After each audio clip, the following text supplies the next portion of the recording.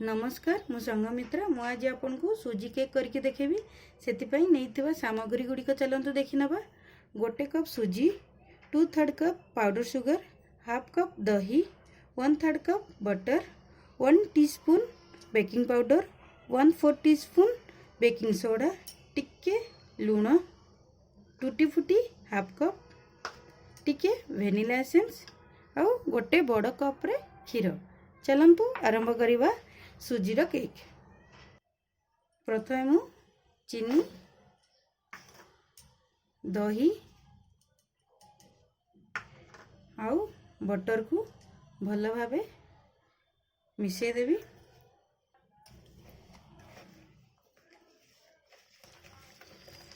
या को भल भावे मिसेबे जेमती पूरा पूरी चीनी दही बटर पूरा मिसी जीवो।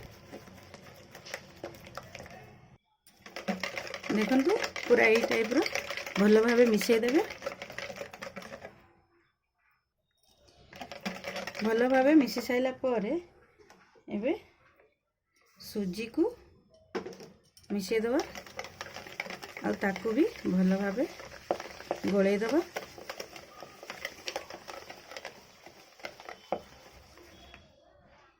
ये देखंतु भल भावे मिसी जायछि। याकू आमे 15 मिनिट पई कवर करके रखीदबा। 15 मिनिट हो जाए। चलंतु चेक करबा। देखंतु सूजी पूरा फुली जाइए। एबे एथिरे हाफ कप क्षीर पकेबे।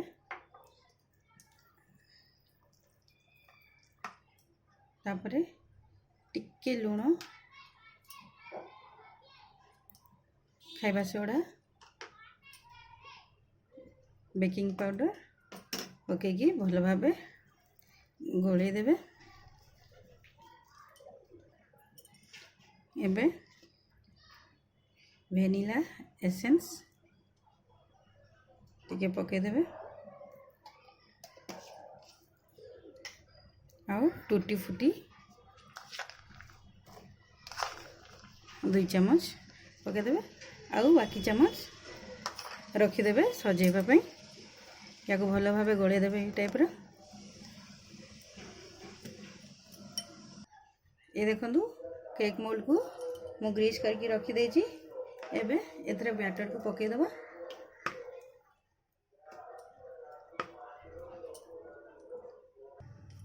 एबे दिथर एमती टैप कर दबा। तापरे एही टूटी फुटी को टिके ऊपरे पकई देबे। आपण कौनसी भी प्रकार ड्राई फ्रूट्स नहीं पारती। मु बाकी टूटी फुटी नहीं जी। कलर भल आसी थाए और सुंदर भी दिसे। सेतिपई क्षीर भी टिके ध्यान रे पकेबे जेमती बेसी पानी न हो जाए। मोर ये देखंतु हाफ कप क्षीर बळी भी गला। सेतिपई क्षीर टिके देखिकी पकेबे।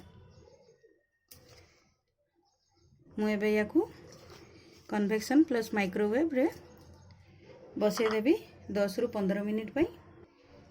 आपण चाहले याकू कुकर रे भी बनै परिबे। जेमती बनाना केक मु बनै थली सेही टाइप रो कुकर रे भी मध्य 20 रु 25 मिनिट पई बसई की कर परिबे। किंतु मु आज माइक्रोवेव रे करूची। चलंतु बसई दवा ताकू। ये देखंतु मात्र 15 मिनिट रे रेडी हो जाइछि सूजी केक। याकू आमे ठंडा होला परे बाहर केबा। ये देखंतु केक ठंडा हो गला परे मो ताकू अनमोल्ड कर देछि। केते सुंदर दिसुछि देखंतु। याकू आपण निश्चित भाव रे घरे बनांतु। मो आपन को टिके काटिकी देखौछि केमती दिसुछि। ये देखंतु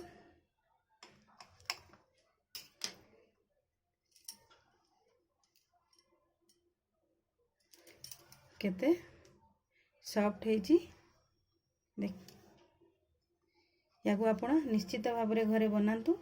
किपरि लागिला मते कमेंट सेक्शन में जणांतु। मो चैनल को लाइक और सब्सक्राइब करबा भूलिबेनी। नमस्कार।